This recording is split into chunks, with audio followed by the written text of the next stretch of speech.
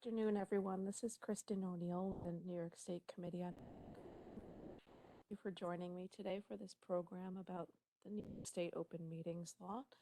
Today we're going to go over the basics of the Open Meetings Law with a little bit of a focus on the new video conferencing requirements, some of the other updates to the statute that have occurred in the past couple of years. I'll note that this is Sunshine Week. I did a program on the Freedom of Information Law this morning. I want to try to do a program on both statutes during this week. It is Sunshine Week, which is supposed to be sort of a celebration of open government and transparency across the country. So I thought it would be appropriate to have one of my virtual programs, actually both of my virtual programs this week.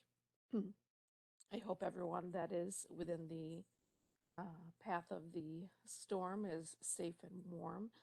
Myself am home, so I don't have the benefit of my multiple screens, which I usually love to have, but we'll do our best. It's a loud ding. Let's make sure that I don't have. Just want to make sure that I can turn off. Is making that little ding so you guys aren't hearing it.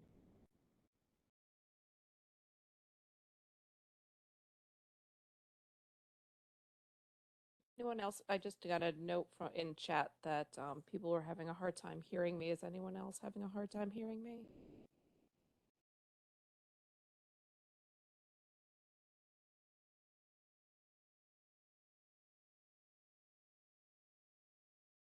Just gonna open up chat for a moment. So it might just, hopefully, it might be just a little bit of a tech thing on. I'm not sure why I keep getting that awful loud ding noise, but we'll just keep going and work through, and maybe I'll just try to talk a little louder. I do have headphones. This morning I was told when I was doing my morning program that I sounded garbled and like a robot, and then I put headphones in and it seemed to work a little bit better. So hopefully that we'll get through this today. Okay. So as I mentioned when I started the program, my name is Kristen O'Neill. I'm the Assistant Director of the New York State Committee on Government. On the screen, you'll see the telephone number for the Committee on Government. We have a staff of 4 attorneys and 1 administrative assistant. If you have questions about either the Freedom of Information or the Open Meetings Law, you're welcome to call our office and talk to any of the attorneys in the office. Any one of our attorneys can assist you with your questions. Our website is an excellent resource for government issues. Go to opengovernment.ny.gov. There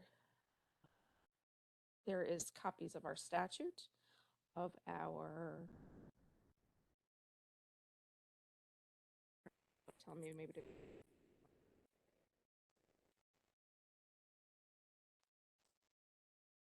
see.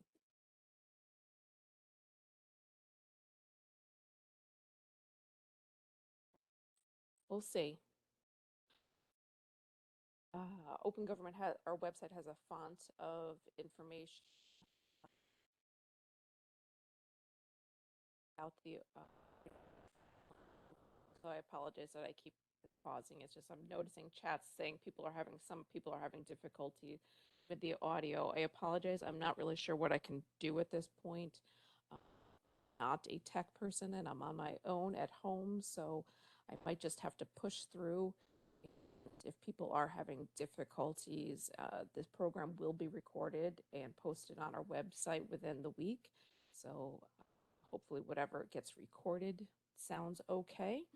If not, always continue to do programs on a regular basis, almost on a monthly basis, either the Freedom of Information Law or the Open Meetings Law. The Open Meetings Law is codified in Public Officers Law Article 7, sections 100 through 111. You can always find a copy of the Open Meetings Law on our website. We keep our up-to-date version whenever there's been an amendment. We try to have that amendment reflected in our website as quickly as possible. get that up to date. There's also copies of advisory opinions, case law summaries on our homepage. If anything new and exciting in relation to open meetings law,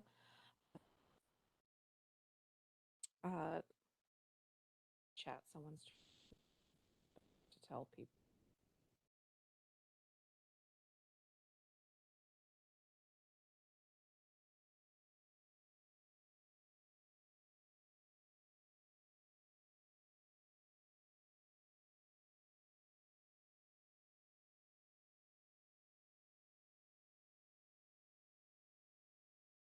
In the chat function, I just sent some notes that other people have sent me, reflect people that maybe are hearing okay, some suggestions that they made. So at this point forward, I'm just going to try to keep pushing through.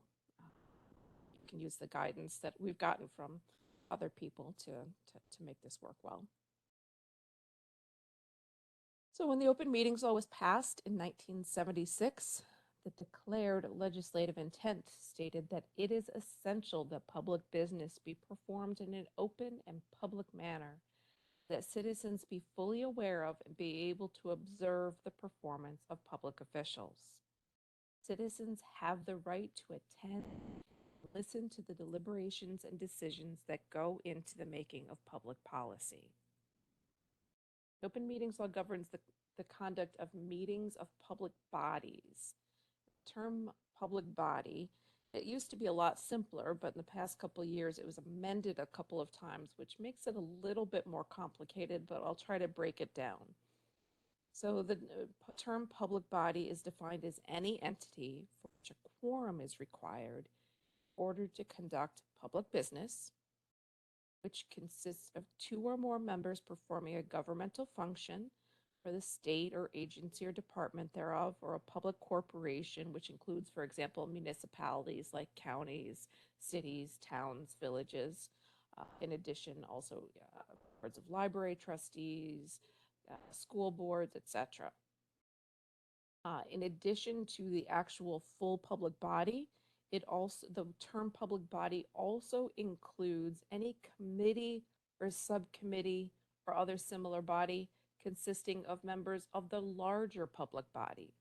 So for example, if you have a city council that is made up of 9 members and you have a standing committee that is made up of 3 members of your city council, that finance committee, that standing finance committee, becomes its own public body. So anytime a meeting of that 3-person finance committee meets, it is a meeting of a public body.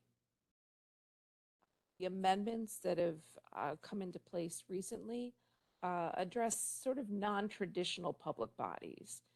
And there was language added to include any entity created or appointed to perform a necessary function in the decision-making process for which a quorum is required in order to conduct public business, which consists of 2 or more members. The amendment then goes on to state that a necessary function in the decision-making process shall not include the provision of recommendations or guidance, which is purely advisory and which does not require further action by the state or agency or department thereof or public corporation as defined in Section 66 of the General Construction Law. I understand that's a lot to sort of keep track of. My best recommendation is when you have a specific entity that you are not sure about, reach out to us and we can try to evaluate all of the factors that we've learned through years of dealing with this in terms of studying the case law. We will try to evaluate those factors to help you and to offer an opinion as to whether the entity that you're concerned about is a public body subject to the law. So now that we sort of have a basic understanding of what the open meetings law governs, I'm going to first spend the first part of our presentation talking about the fairly recent, well, it's going on a year now, amendments to the open meetings law regarding the use of video conferencing. I'd have to say this is probably one of the most talked about issues relating to the open meetings law that has occurred in the past couple of years since the start of the pandemic. Can we have remote meetings? How can we have remote meetings? What are the requirements for having remote meetings? So it's been a fairly major issue. And last year during budget negotiations, the final budget bill, New York State budget, included language that amended the open meetings law to make, I call it semi-permanent, because in the past there had been some temporary amendments to the open meeting law, which were really just intended to cover the period in which we were in a declared disaster emergency relating to the COVID-19 pandemic. There was some temporary legislation relating to that. This amendment to the open meetings law that was passed in April of 2022 really doesn't have anything to do with the pandemic. I think it was prompted by discussions that occurred during the pandemic, but the ability to use this new type of video conferencing is not reliant in all on there being a declared disaster emergency, a state of emergency. It expands in very limited circumstances the ability of a public body to use video conferencing to conduct its meetings, but only under extraordinary circumstances, regardless of the declaration of an emergency. This amendment is in place until July 1st, 2024.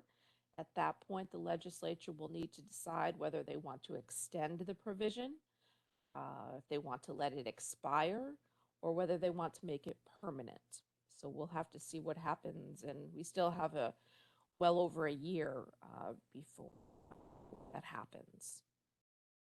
So as a threshold matter, it is the Committee on Open Government's understanding that this new amendment is not meant to change or curtail what has always been permitted and required of public bodies when complying with the open meetings law. Public bodies may continue to operate now as they did before the onset of the pandemic in early 2020, when in-person aspects of the open meetings law were first suspended. In other words, we believe that if a public body was permitted to do it before the pandemic, this law does not change that. Noted above, the law is intended to expand, in extraordinary circumstances only, the ability of a public body to meet using remote access technology. So, since the passage of Chapter 56, there are now two ways to use video conferencing technology to conduct an open meeting. The first way is the way that existed since prior to the pandemic. Prior to the pandemic, the open meetings law allowed members of a public body to meet using video, to attend a meeting using video conferencing, but there were certain requirements that needed to be met, and we'll talk about those requirements. But essentially, the distinguishing factor between the first type of video conferencing and the second type of video conferencing is whether the location from which the member is video conferencing is open to the public. So the older version of video conferencing that still existed pre-pandemic and still exists post-pandemic, is that a public body can connect multiple physical locations that are open to in-person public attendance. So you can have, for example, the Committee on Open Government, when we hold our meetings, because we have people that live all over the state of New York, we open up our Department of State offices in Buffalo and in Albany and in New York City. And our members choose which of their locations is easiest for them to attend, and they go to that location. When we notice our meetings of the Committee on Open Government, we tell the public that they are welcome to attend at any of these three locations from which our members are attending. They can attend from Buffalo, from Albany, or New York City. that information is included in the meeting notices, and there's a clear statement that the public is welcome to attend from any of those locations. So that's what I refer to as the old way of video conferencing. But as I mentioned, it's still there. It still exists, still permitted. The new way of video conferencing that was enacted through Chapter 56 of the Laws of 22 allows a member of a public body to participate from a private location, a location that is not noticed to the public and is not open to the public, through video conferencing, but only under extraordinary circumstances. If the public body is using the first type of video conferencing, the pre-pandemic type of video conferencing, this new section 103A. So when I'm talking about parts of the law, Chapter 56 was the name of the whole budget bill. So Chapter 56 was the entire statute that added this amendment to the Open Meetings Law. Section 103A, when I refer to Section 103A, that's the very specific new section that was added to the Open Meetings Law. So sometimes you may hear me refer to Chapter 56, and sometimes you may hear me refer to sections 103A and its subparts. But if you're using the old type of video conferencing, the new language included in Section 103A of the Open Meetings Law does not. So Section 103A includes a provision that states a public body may, in its discretion, use video conferencing to conduct its meetings pursuant to the requirements of the Open Meetings Law, provided that a minimum number of members are present to fulfill the public body's quorum requirement in the same physical location or locations where the public can attend. So this is important because in order for a public body to allow one or more members to participate using extraordinary circumstances video conferencing from a private location, you must first have a quorum of your board present at a location or multiple locations that are open to the public. So let me use the example again of the Committee on Open Government. To make it a little simpler, let's just say we're using 2 locations. Let's say we're an 11-member board. And for example, perhaps we have 4 members present in Albany and 4 members present in New York City. Well, because we're an 11-member board, we are 11-member committee, our quorum is 6. If we have 4 people at an open location in Albany and 4 people at an open location in New York City, that means we've met our quorum requirement because we have 8 members that are present at locations that are open to the public. At that point, if any of our members asked to participate using extraordinary circumstances video conferencing from a private location, we would be allowed to let them do that. On the other hand, if we only had 4 people show up in Albany and no one show up in New York City or Buffalo or any of the other locations, we would essentially need to call off our meeting because we didn't have a quorum present at one of our primary open locations. In order to take advantage of this new provision, in order to allow your members of your public body to participate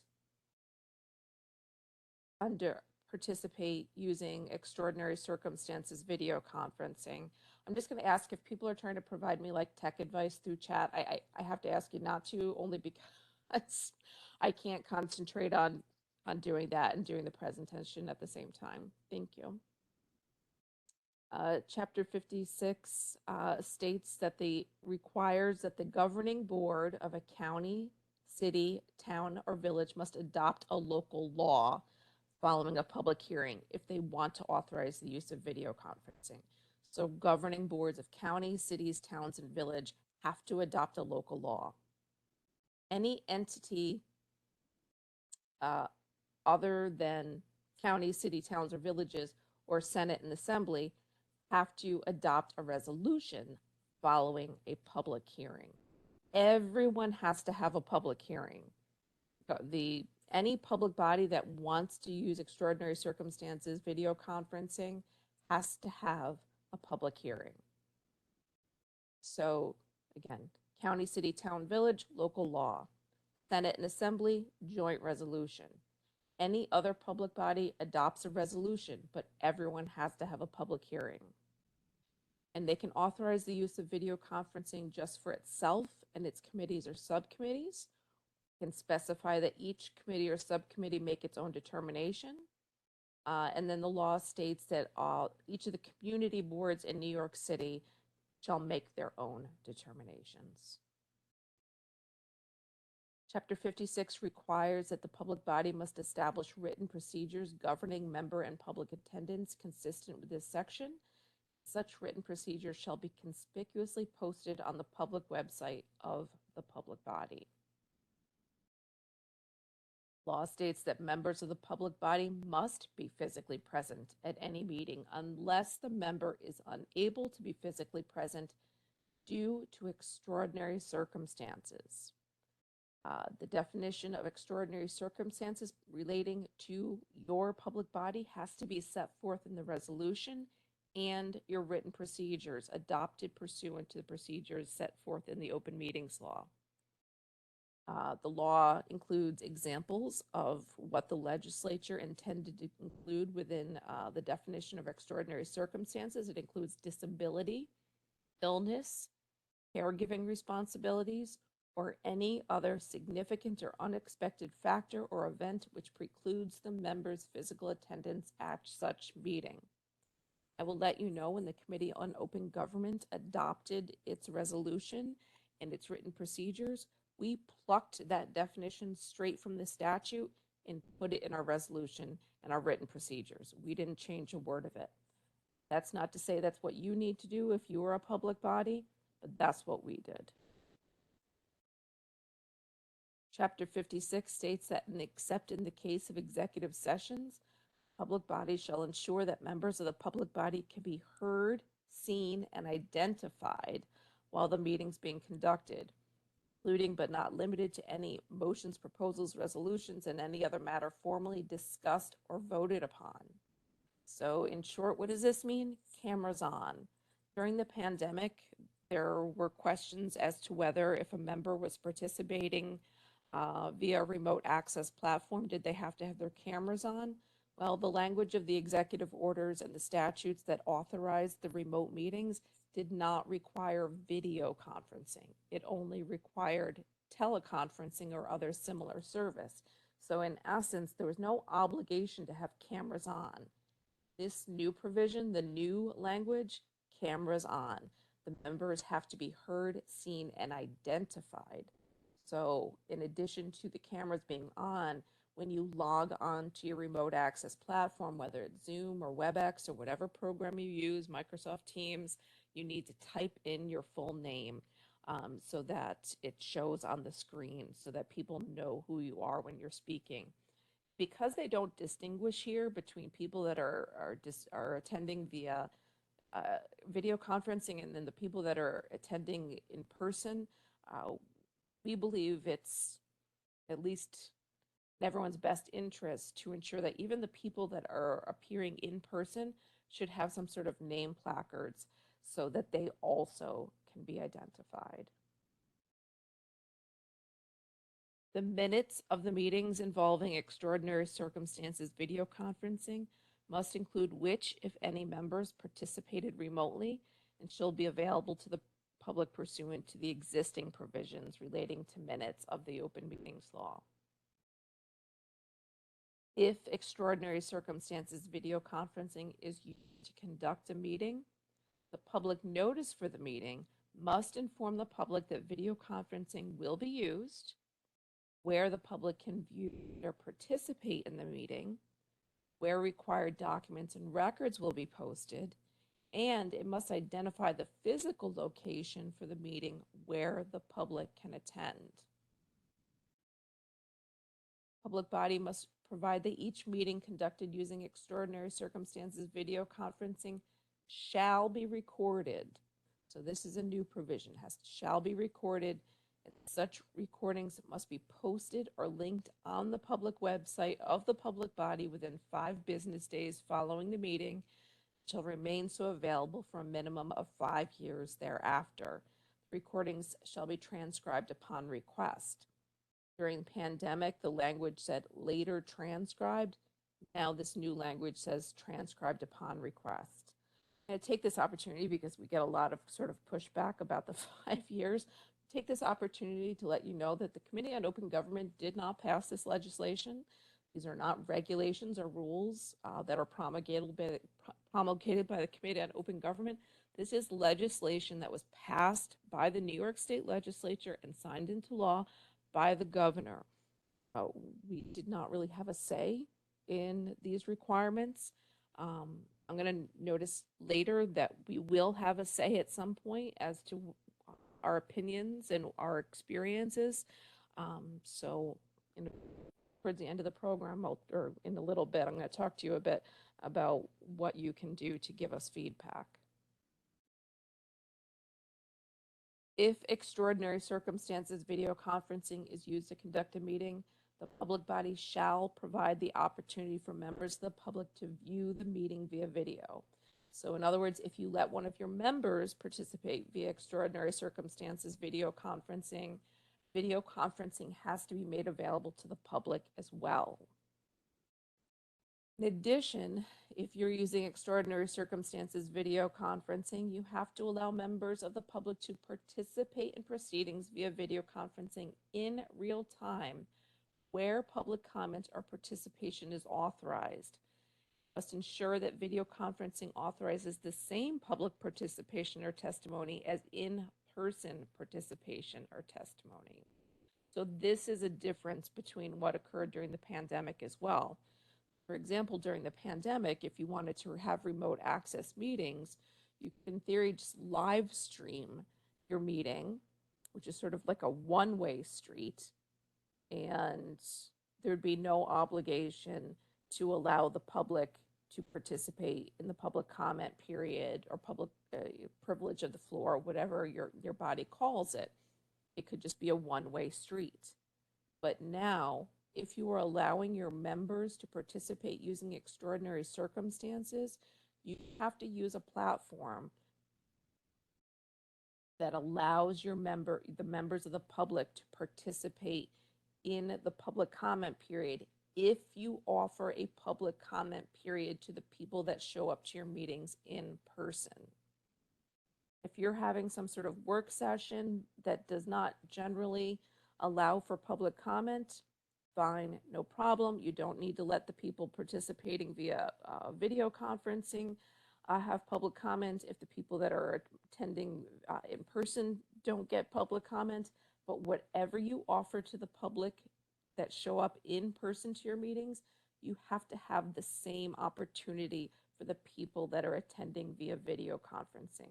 Same rules need to apply in terms of, for example, time limits, anything of that nature. Treat them equally. There's a small provision that states that a local public body that elects to utilize video conferencing has to conduct its meeting. In order to conduct its meetings, must maintain an official website.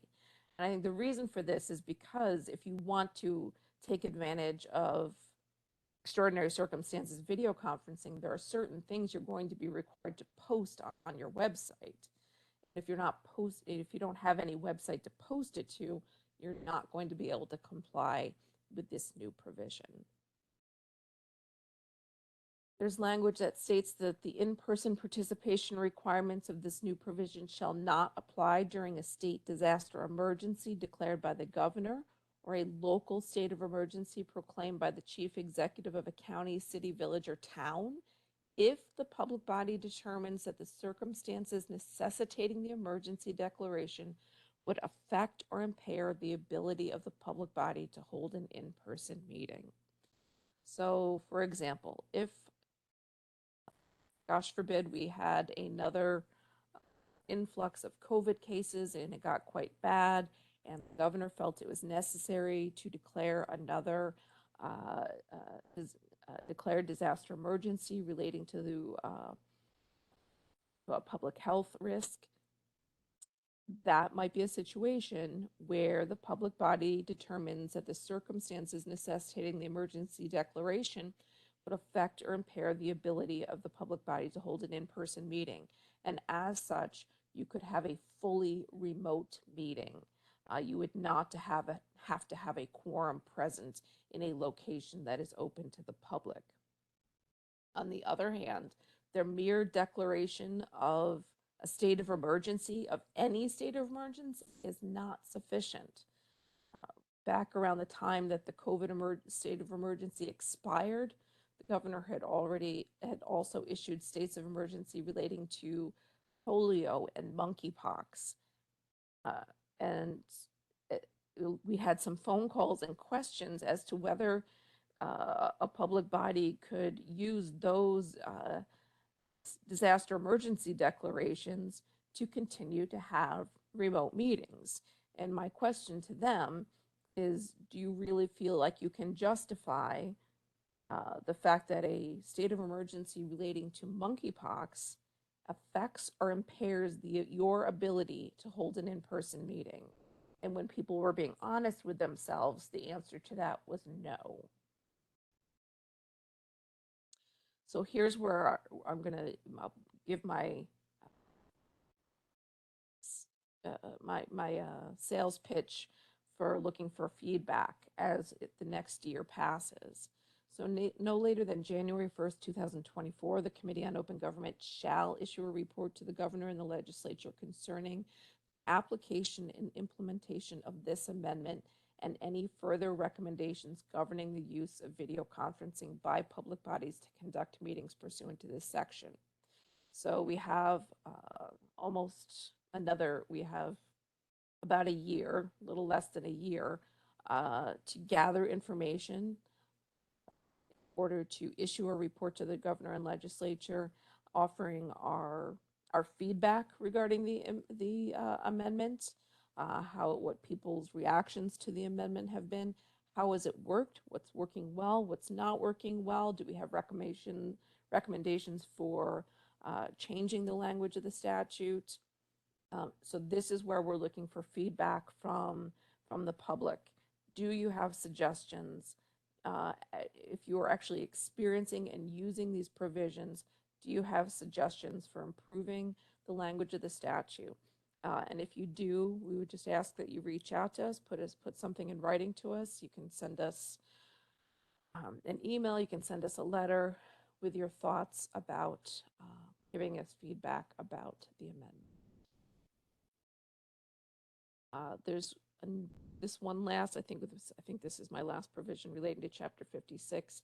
Open meetings of any public body that are broadcast or that use video conferencing shall utilize technology to permit access by members of the public with disabilities consistent with the 1990 Americans with Disabilities Act and the corresponding guidelines. For purposes of this section, disability is defined in New York State Executive Law, Section 292. The Committee on Open Government we are not people that have great experience studying the Americans with Disability Act. It is not sort of our specialty or an area where we have a great amount of knowledge. So my recommendation to public bodies who have questions about compliance with the Americans with Disabilities Act or the ADA, please consult with your own municipal attorneys, because it really does not fit within the Committee on Open Government's advisory jurisdiction to provide advice regarding compliance with the ADA. So that's sort of my overview, which is kind of a lengthy overview because it's a lengthy amendment to the statute regarding the use of video, this new type of video conferencing. So now we'll sort of move on and focus on the open meetings law generally. If you recall, back at the beginning of the program, I gave you sort of an overview of what is a public body. So I'll now kind of recap. And the question is, have two or more people been given the authority to act collectively? Is a quorum necessary in order to conduct public business? If the answer to those questions are yes, probably a public body. Do you have a committee that is made up solely or primarily of members of the larger public body? If yes, public body. Does the committee serve a state statutory function? Well, it's going to depend quite a bit on what that state statutory function is, but often, if it's a necessary function in the decision-making process, the answer is very likely going to be that yes, that committee is a public body subject to the open meetings law. But with the new amendments to the statute, it has become a little bit more of a gray area. So we do ask if you have specific questions regarding a specific advisory committee or task force or anything of that nature, reach out to us and we'll do our best to offer guidance.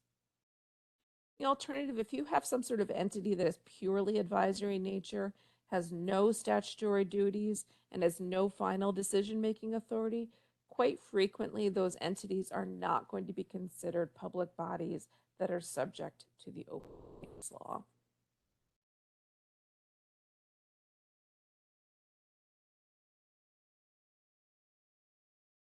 Quorum.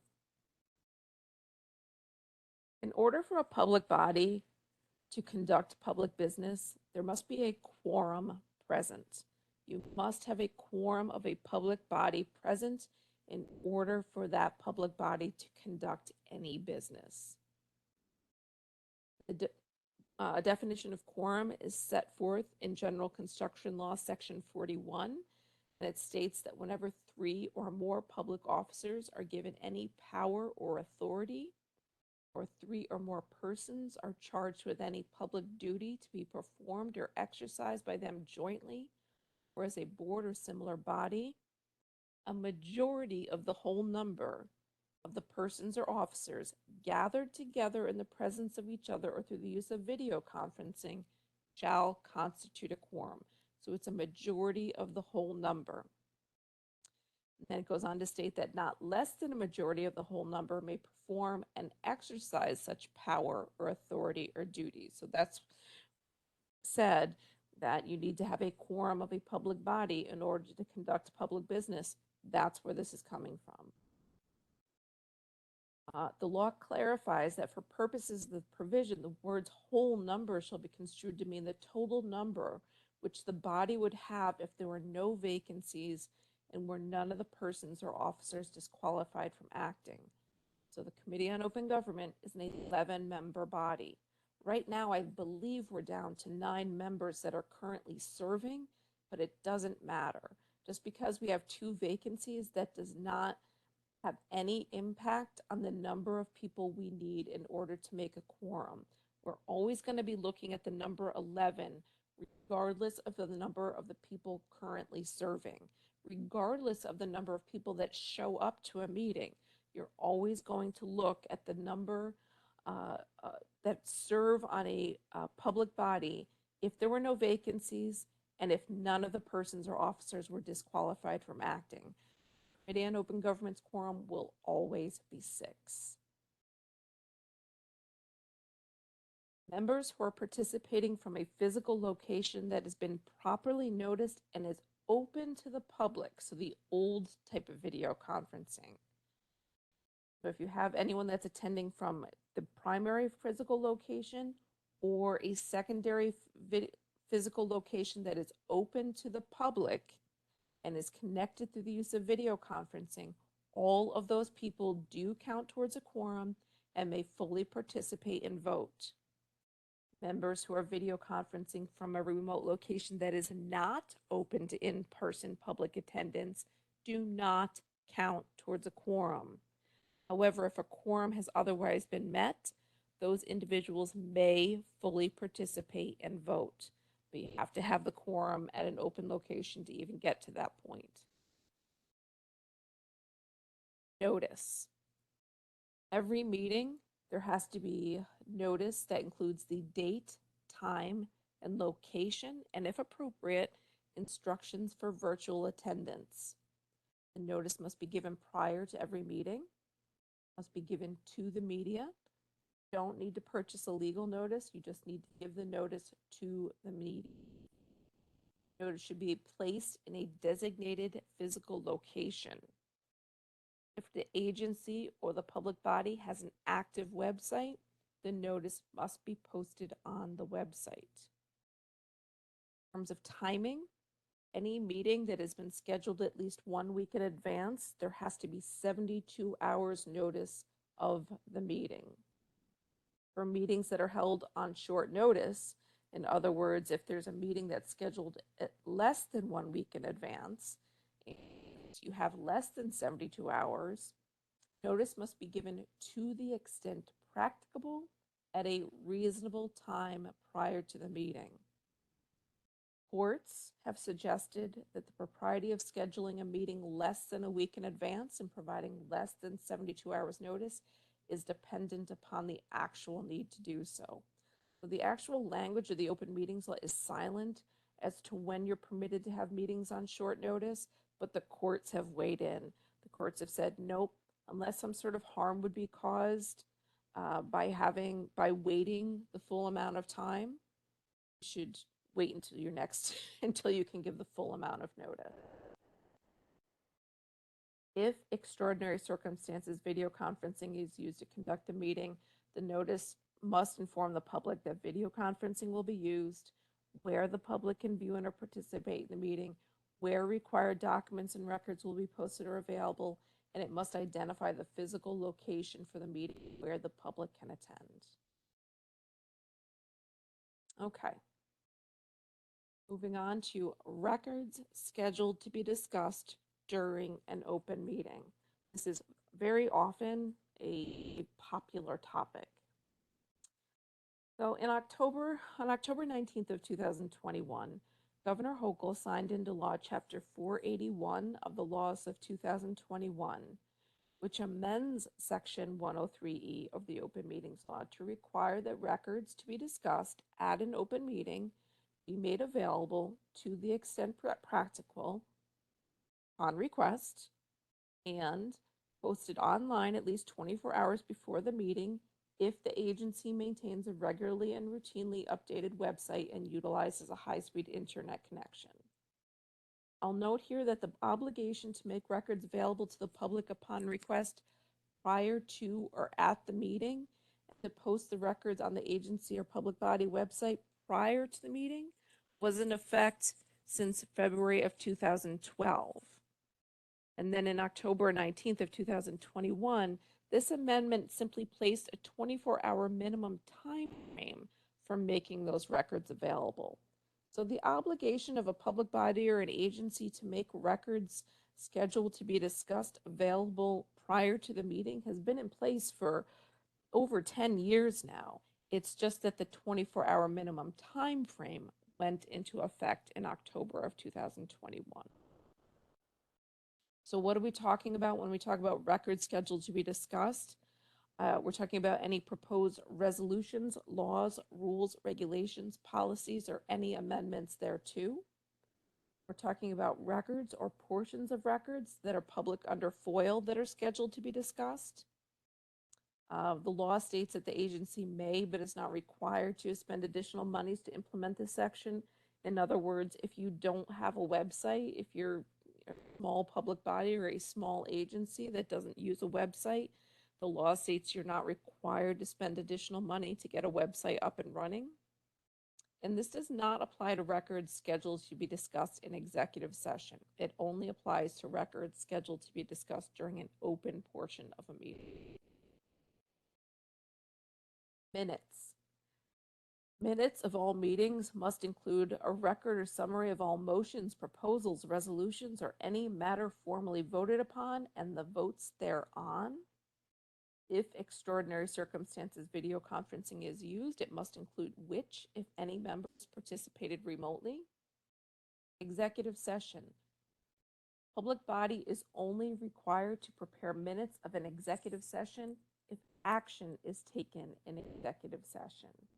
If a public body merely deliberates in executive session and then comes out of executive session to vote, Public body is not going to be required to prepare separate minutes of the executive session because the action is taken in open session. Minutes must be available within 2 weeks for an open session and 1 week for executive session. And they must be made available, and it does not matter whether the minutes are unapproved or in draft form. So for example, if you have a public body that only meets once a month, and it's your practice as a public body to approve your minutes at the beginning of the next meeting, that's wonderful. You can continue to do that. But if someone wants a copy of those meeting minutes, once they've been prepared within the 2-week statutory period, you have to make them available to that person who made the request. Further, in November of 2021, Governor Hochul signed into law Chapter 587 of the laws of 2021, which amends the open meetings law to require that agencies that maintain a website and use a high-speed internet connection must post their meeting minutes on their website within 2 weeks of the date of an open meeting or 1 week of an executive session. The law clarifies and further states that for purposes of this subdivision, for purposes of the posting provision, unabridged video or audio recordings or unabridged written transcripts may be deemed to be meeting minutes.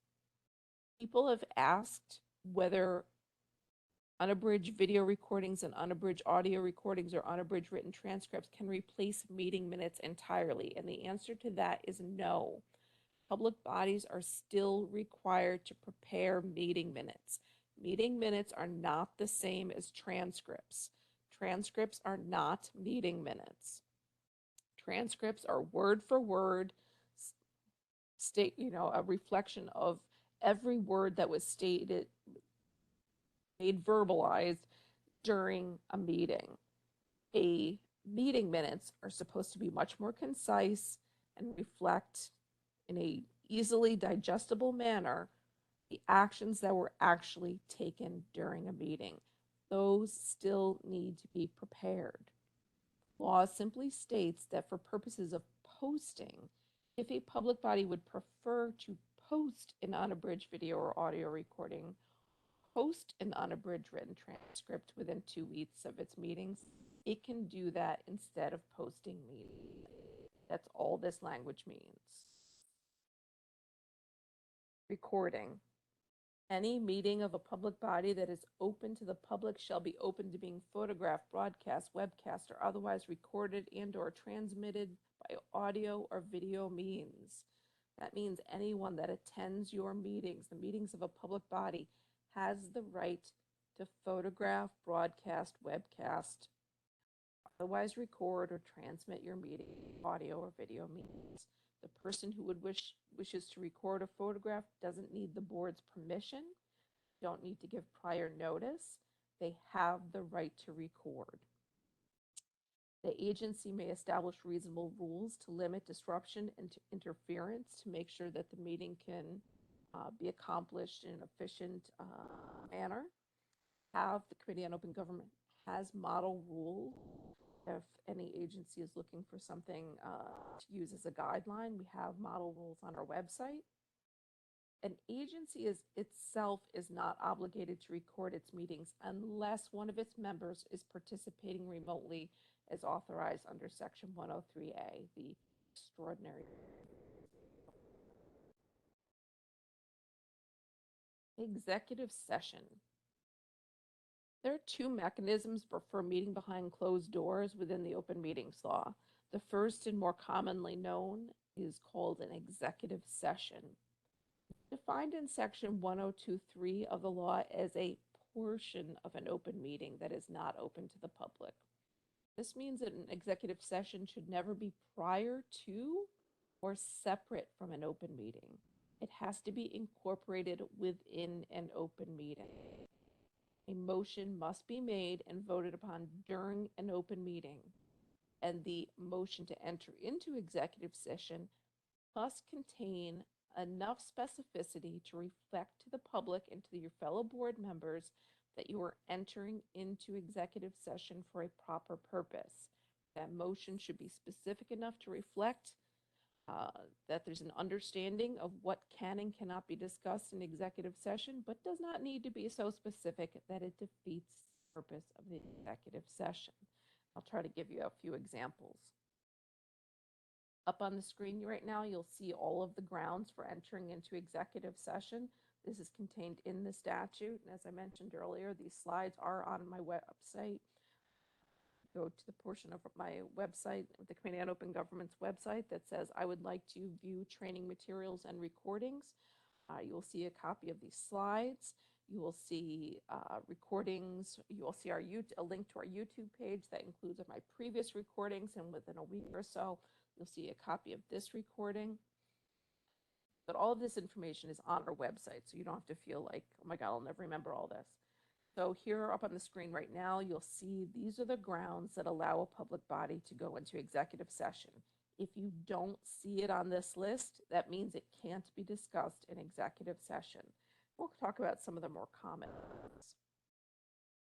ones. First, I'll talk about what is commonly known, but I try to discourage people from using the term personnel.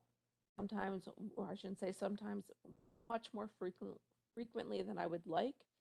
I see minutes, agendas and minutes that indicate that a public body is entering into executive session to discuss personnel matters.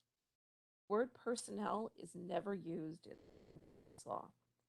It is not appropriate to make a motion to enter into executive session to discuss personnel matters. It does not reflect an understanding of what can and cannot be discussed in executive session. The actual language that the law that is included in the law states that a public body is permitted to enter into executive session to discuss the medical, financial, credit, or employment history of a particular person or corporation, or matters leading to the appointment, employment, promotion, demotion, discipline, suspension, dismissal, or removal of a particular person or corporation. I am not suggesting that that is the language that you should use in your motion. In fact, the courts don't like that either. The courts want your motion to be specific, but they also do not want the motions to just be a mere recitation of the statute.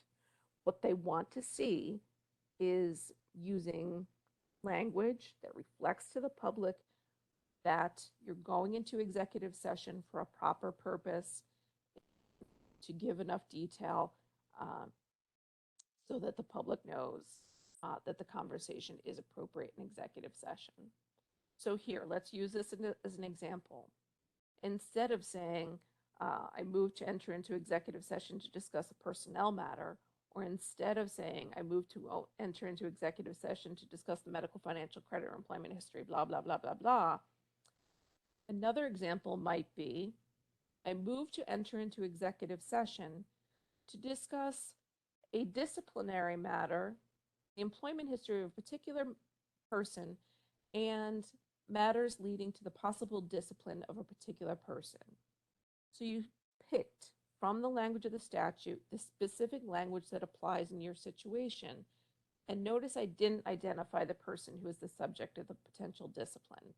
You don't have to do that. You don't have to defeat the purposes of the executive session. Just try to use the language appropriately. In addition, you could say if you have received resumes to fill a particular position, you have an opening or maybe a city council, and you have an opening in your council's office, and the city council is applications to fill an assistant city council position. So you may move to enter into executive session to discuss the employment history of particular people and matters leading to the appointment or employment of a particular person. Those are some examples of being specific, but not defeating the executive session. Go back a little bit.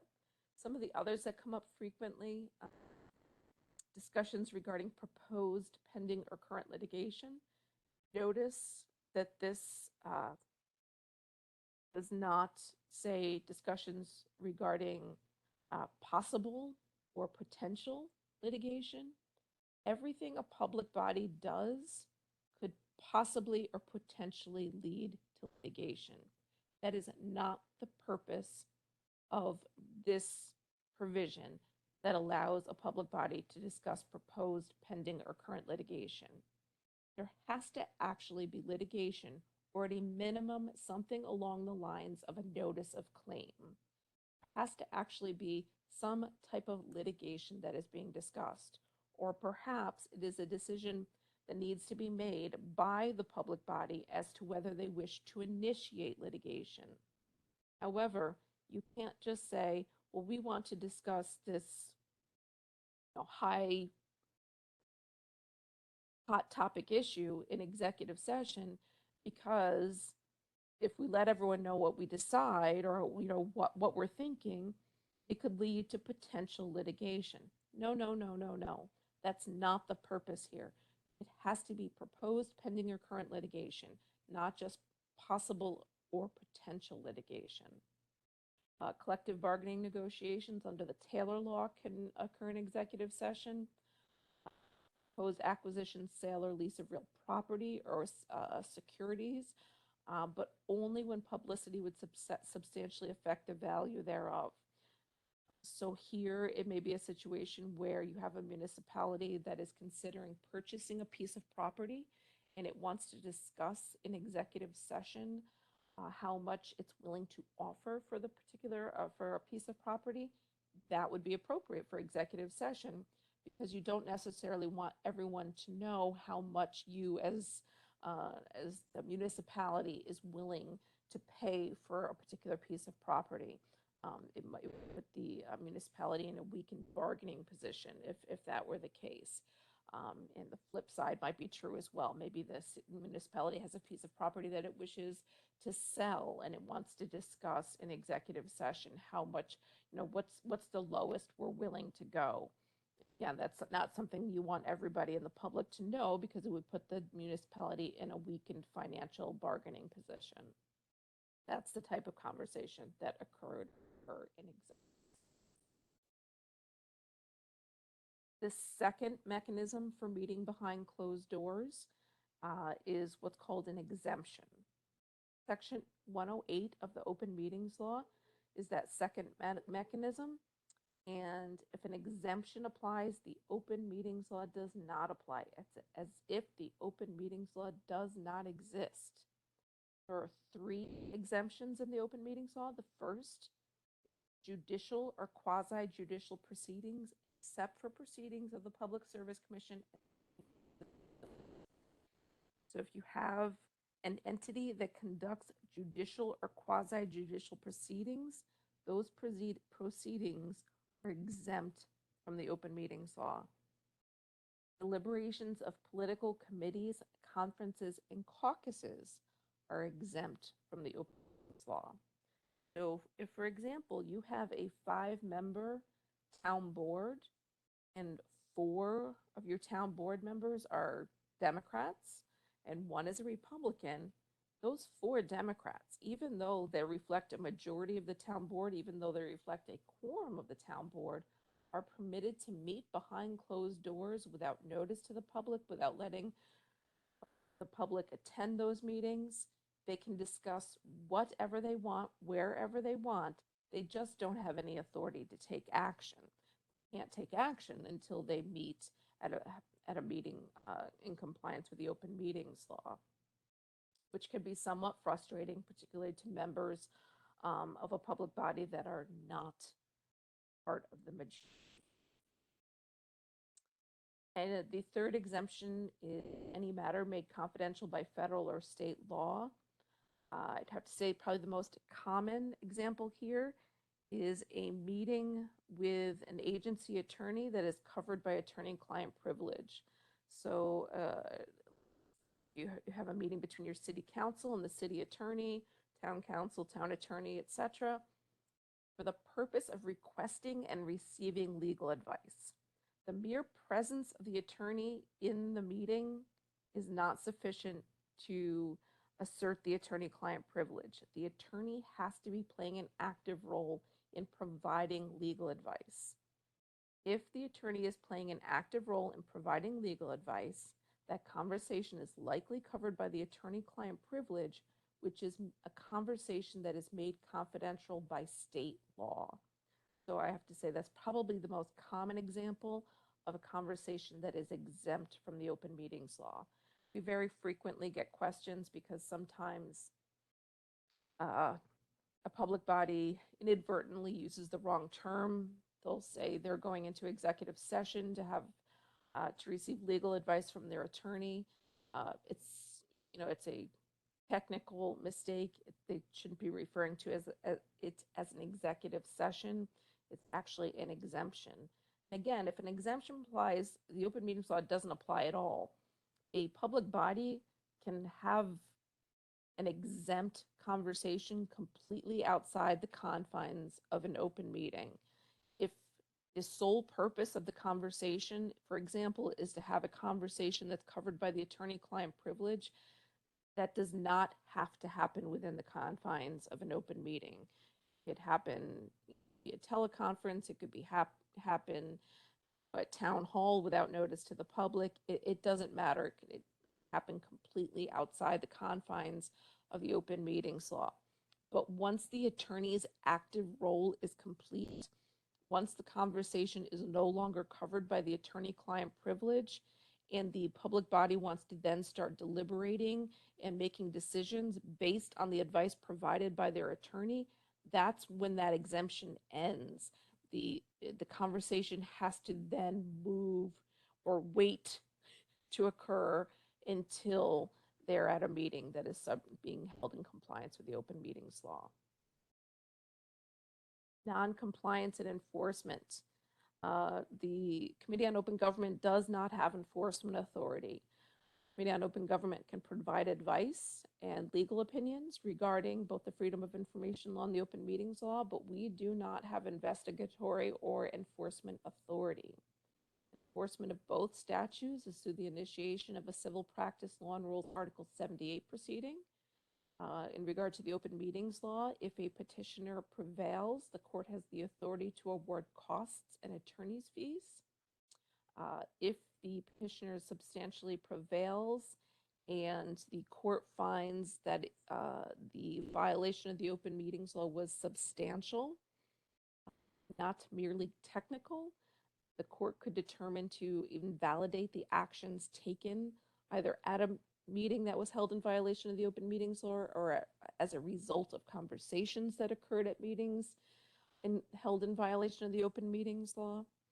If the violation is found to be merely technical, the courts are likely not going to invalidate those actions. However, what they might do, which is authorized by statute, is require that the public receive training from the Committee on Open Government. Anyone is welcome to contact our office by phone or by email with questions, whether you're a government employee, member of the public, media representatives, everyone is welcome to contact our office. If you call the number on the screen, 518-474-2518, just ask to speak with one of the attorneys in the office. Any one of our attorneys can assist you. Same goes if you send an email to coog@dos.ny.gov. The first attorney in our office that has an opportunity to do so will get back to you with a response. It's usually the quickest way to get an answer instead of necessary. I mean, you're always welcome to contact me directly if you'd like to, or if you've established a relationship with one of the attorneys in the office. But, sometimes, either we're out of the office for doing trainings or just vacations, personal days, etc. Often the quickest way to get an answer is just to email coog@dos.ny.gov. I'm going to close out the PowerPoint, and then I'm going to go to chat function and see if we have questions. Chat box.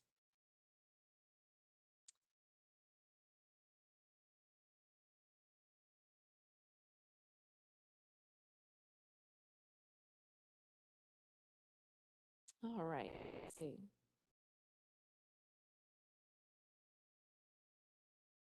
I go through a lot of, I always have to work my way through the the people that are, maybe people have problems with sound and everything, have to work their way through that.